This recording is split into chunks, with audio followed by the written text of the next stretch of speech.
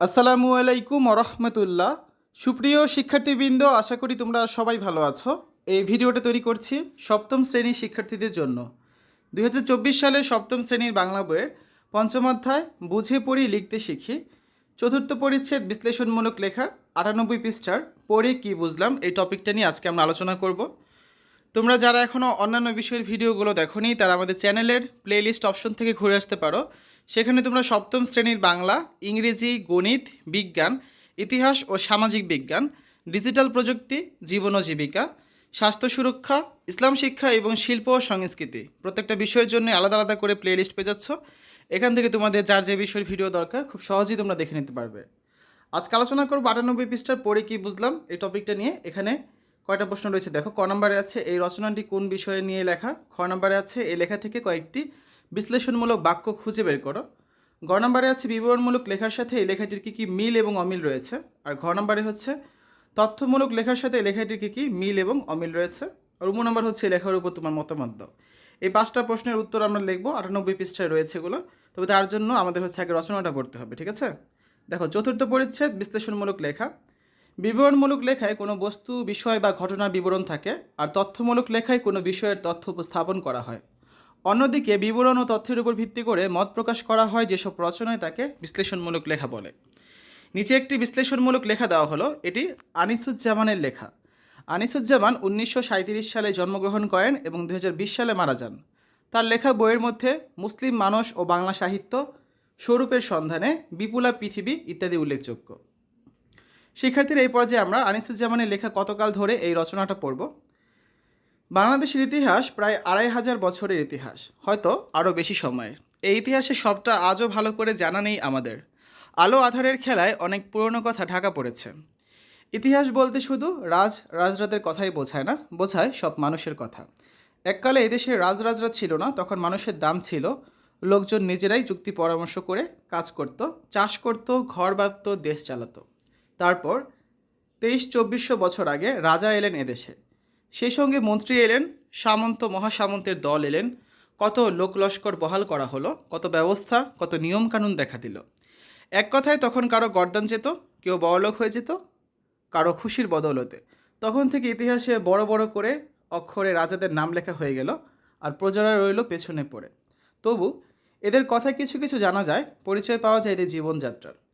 1000 বছর আগে সব পুরুষই পরতো ধুতি, আর সব মেয়েই পরতো শাড়ি। শুধু সচ্ছল অবস্থা যাদের, তাদের বাড়ির ছেলেরা ধুতির সাথে চাদর পরতো, আর মেয়েরা শাড়ির সাথে ওড়না ব্যবহার করত। এখনকার মতো তখনও মেয়েরা আঁচল টেনে ঘোমটা দিত, শুধু ওড়নাওয়ালিরা ঘোমটা দিত ওড়না টেনে। তবে ধুতি আর শাড়ি দুই হতো বহরে ছোট, তাতে নানা রকম নকশাও কাটা হতো। মখমলের কাপড় পরতো শুধু মেয়েরা। নানা রকম সূক্ষ্ম পাটের ও সুতোর কাপড়ে চল ছিল। জুতো পরতে পেত না সাধারণ লোকে, শুধু যোদ্ধা বা পাহারাদাররা জুতো ব্যবহার করত। সাধারণে পরতো কাঠের খড়ম, ছাতা, লাঠির ব্যবহার ছিল। সাজসজ্জার দিকে বেশ ঝোঁক ছিল প্রাচীন বাঙালির। চুলের বাহার ছিল দেখবার মতো। বাবরি রাখত ছেলেরা, না হয় মাথার উপরে চুরু করে বাঁধত চুল। এখন মেয়েরা যেমন ফিতে বাঁধে চুলে, তখন শৌখিন পুরুষেরাও অনেকটা তেমনই করে কোকড়া চুল কপালের উপর বেঁধে রাখত। মেয়েরা নিচু করে খোপা বাঁধত, নয়তো উঁচু করে বাঁধত ঘোড়া চুল। কপালে টিপ দিত, পায়ে আলতা, চোখে কাজল আর খোপায় ফুল। নানা রকম প্রসাধন্য ব্যবহার করত তারা। মেয়েরা তো বটেই, ছেলেরাও সে যুগে অলংকার ব্যবহার করত। সোনার অলংকার পরতে পেত শুধু ধনী লোকেরা। তাদের বাড়ির ছেলেরাও সুবর্ণ কুণ্ডল পরত। মেয়েরা কানে দিত সোনার তারঙ্গ। হাতে, বাহুতে, গলায়, মাথায় সর্বত্রই সোনা, মণি, মুক্তা শোভা পেত তাদের মেয়েদের। সাধারণ পরিবারে মেয়েরা হাতে পরত শাখা, কানে কচি কলাপাতার মাকড়ি, গলায় ফুলের মালা। ভাত বাঙালির বহুকালের প্রিয় খাদ্য। সরু সাদা চালের গরম ভাতের কদর সবচাইতে বেশি ছিল বলে মনে হয়। পুরনো সাহিত্যে বাংলা খাবারের নমুনা হিসেবে যে তালিকা দেওয়া হয়েছে তা এই: কলার পাতায় গরম ভাত, ঘাওয়া ঘি, নালিতা শাক, মৌরলা মাছ আর খানিকটা দুধ। লাউ, বেগুন ইত্যাদি তাদের তরিতরকারি প্রচুর খেত সেকালের বাঙালিরা, কিন্তু ডাল কখনো বোধহয় খেতে শুরু করেনি। মাছ তো প্রিয় বস্তুই ছিল, বিশেষ করে ইলিশ মাছ। শুটকির চল সেকালেও ছিল, বিশেষ করে দক্ষিণাঞ্চলে। ছাগ মাংস সবাই খেত, হরিণের মাংস বিয়ে বাড়িতে বা এরকম উৎসবই সাধারণত দেখা যেত।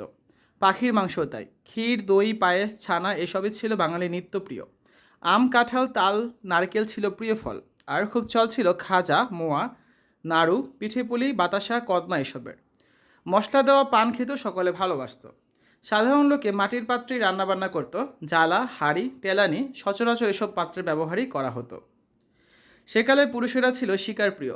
কুস্তি খেলারও চল ছিল বেশ। মেয়েরা সাঁতার দিতে ও বাগান করতে ভালোবাসত। মেয়েরা খেলতো কড়ির খেলা, ছেলেরা দাবা আর পাশা। ধনী লোকেরা ঘোড়া আর হাতির খেলা দেখত। যাদের সে ক্ষমতা ছিল না তারা ভেড়ার লড়াই আর মোরগ মুরগির লড়াই বাঁধিয়ে দিত। নাচ গানের বেশ প্রসার ছিল। বীণা, বাঁশি, কাড়া, ছোট ও ডমরু, ডাক এসব বাদ্যযন্ত্রের ব্যবহার ছিল। যাতায়াতের প্রধান উপায় ছিল নৌকা। হাতির পিঠে ও ঘোড়া চারিতে চড়ত শুধু অবস্থাপন্ন লোকেরা। গরুর গাড়ি সাধারণ লোকে ব্যবহার করত, তবে সবসময় নয়, বিশেষ উপলক্ষে। মেয়েরা ডুলিতে চড়ত। পালকির ব্যবহারও ছিল। ধনী লোকদের পালকি হতো খুব সাজানো গোছানো। রাজবাড়িতে হাতির দাঁতের পালকিও থাকতো। বেশিরভাগ লোকই থাকতো কাঠ, খড়, মাটি, বাঁশের বাড়িতে। ধনী লোকেরাই শুধু ইট কাঠের বাড়ি করত।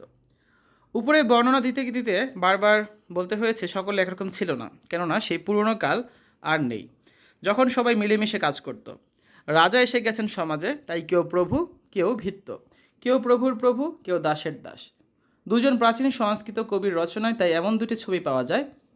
সে দুটো ছবি যে একই দেশের সে কথা মনে হয় না।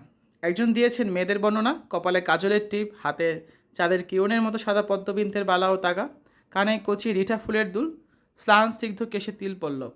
আরেকজন এঁকেছেন সংসারের ছবি, নিরানন্দে তার দেহ শীর্ণ, পরনে ছেঁড়া কাপড়, ক্ষুধায় পেট আর চোখ বসে গেছে শিশুদের, যেন এক মন চালে তার 100 দিন চলে যায়। রাজাদের দল এখন আর নেই। মৌর্য, গুপ্ত, পাল, সেন, পাঠান, মুঘল, কোম্পানি, রানী, এদেশের কাল শেষ হয়ে গেছে। আজকের দুই কবিও হয়তো দুই প্রান্তে বসে এমনি করে কবিতা লিখছেন। একজন লিখছেন সমৃদ্ধির কথা, বিলাসের কথা, আনন্দের কথা। আরেকজন ছবি আঁকছে নিদারুণ অভাবের, জ্বালাময় দারিদ্র্যের, অপরিসীম বেদনার। সরু চালের সাদা গরম ভাতে গাওয়া ঘি কতকাল ধরে কত মানুষ শুধু তার স্বপ্নই দেখে আসছে। এখানে কিছু শব্দের অর্থ আছে, এগুলো তোমরা দেখে নেবে। এই শব্দের অর্থগুলো কিন্তু অবশ্যই পড়তে হবে। তো আমরা রচনাটা পড়লাম। এখন আমরা এখানে যে প্রশ্নগুলো ছিল তার উত্তরগুলো নিয়ে আলোচনা করবো, ঠিক আছে? দেখো, আমাদের প্রথম প্রশ্ন যেটা ছিল 98 পৃষ্ঠার, পড়ে কি বুঝলাম। কয় নম্বরে ছিল এই রচনাটি কোন বিষয়ে লেখা? কতকাল ধরে রচনাটি বাঙালি জাতির ইতিহাস, সমাজ ও সংস্কৃতি নিয়ে লেখা। খ নম্বর প্রশ্নটা হচ্ছে এই লেখা থেকে কয়েকটি বিশ্লেষণমূলক বাক্য খুঁজে বের করো। কয়েকটি বিশ্লেষণমূলক বাক্য হচ্ছে: 1 নম্বর, 1000 বছর আগে সব পুরুষই পরতো ধুতি, সব মেয়েই শাড়ি পরত। 2, এখনকার মতো তখনও মেয়েরা আঁচল টেনে খোমটা দিত। 3, শুধু ওড়নাওয়ালিরা খোমটা দিত ওড়না টেনে। 4, মখমলের কাপড় পরতো শুধু মেয়েরা। 5, নানা রকম সূক্ষ্ম পাটের ও সুতোর কাপড়ের চল ছিল। 6, সাজসজ্জার দিকে বেশ ঝোঁক ছিল প্রাচীন বাঙালির। 7, বাবরি রাখত ছেলেরা। 8, মেয়েরা নিচু করে খোবা বাঁধত। এরপর দেখো, গ নাম্বার প্রশ্ন হচ্ছে বিবরণমূলক লেখার সাথে এই লেখাটির কী কী মিল এবং অমিল রয়েছে। বিবরণমূলক লেখার সাথে এই লেখার মিল এবং অমিল দুটিই রয়েছে। বিবরণমূলক লেখায় যেমন বর্ণনা থাকে, এখানেও সেই বর্ণনা আছে। আবার বিবরণমূলক লেখায় যেখানে তথ্য থাকে, এখানেও নানা তথ্যের সমাবেশ রয়েছে। এগুলো হচ্ছে কি বিবরণমূলক লেখার সাথে এই লেখাটির মিল। তবে অমিল হলো এই জায়গায় যে বিবরণমূলক লেখায় বিশ্লেষণ থাকে না, আর এই লেখাটা হচ্ছে বিশ্লেষণধর্মী। বিবরণে যেসব তথ্য আছে তার বিশ্লেষণ এখানে নেই। ঘ নম্বর প্রশ্নটা হচ্ছে তথ্যমূলক লেখার সাথে এই লেখাটির কী কী মিল এবং অমিল রয়েছে। তথ্যমূলক লেখার সাথে কতকাল ধরে রচনার কিছু মিল এবং অমিল দুটিই রয়েছে। যেমন ইতিহাস বলতে শুধু রাজরাজাদের কথাই বোঝায় না, বোঝায় সব মানুষের কথা। এটা একটা বিশ্লেষণমূলক লেখা। তেমনিভাবে জগদীশচন্দ্র বসু মুন্সিগঞ্জ জেলা জন্মগ্রহণ করেন। এই উভয় লেখাতে বিবরণ এবং তথ্যের মিল রয়েছে। অন্যদিকে ভাত বাঙালির বহুকালের প্রিয় খাদ্য। সরু সাদা চালের গরম ভাতের কদর সবচেয়ে বেশি ছিল বলে মনে হয়। এই তথ্যের সাথে অমিল বক্তব্য হলো সাধারণ লোকেরা মাটির পাত্রে রান্নাবান্না করত। তারপর দেখো, নম্বর প্রশ্নটা হচ্ছে এই লেখার উপর তোমার মতামত দাও। এই লেখাটি একটি বিশ্লেষণমূলক লেখা। এই লেখায় আমরা বাঙালি জাতির ইতিহাস, সমাজ ও সংস্কৃতির নানা পরিচয় পাই। বিশ্লেষণাত্মক ভঙ্গিতে ইতিহাসের ধারা পরিবর্তন, সমাজের বিকাশ এবং সংস্কৃতির বিবর্তনের ধারা সম্পর্কে আমরা এই লেখাটির মাধ্যমে জানতে পেরেছি। শিক্ষার্থীরা, এই ছিল আমাদের আজকের আলোচনা। আগামী ক্লাসে আমরা বলি ও লিখি 99 পৃষ্ঠায় এই কাজটা রয়েছে। কতকাল ধরে রচনায় লেখক যা বলেছেন তা নিজের ভাষায় বলো এবং নিজের ভাষায় লেখো। এই কাজটা হচ্ছে আমরা আগামী ক্লাসে করে দেব, ঠিক আছে? তো শিক্ষার্থীরা, এতক্ষণ তোমরা দেখলে সপ্তম শ্রেণীর বাংলা পঞ্চম অধ্যায় 98 পৃষ্ঠার সমাধান। আশা করি তোমাদের কাছে ভিডিওটা ভালো লেগেছে। পরবর্তী পর্বগুলো দেখার আমন্ত্রণ জানিয়ে আজ এখানে বিদায় নিচ্ছি। আল্লাহ হাফেজ।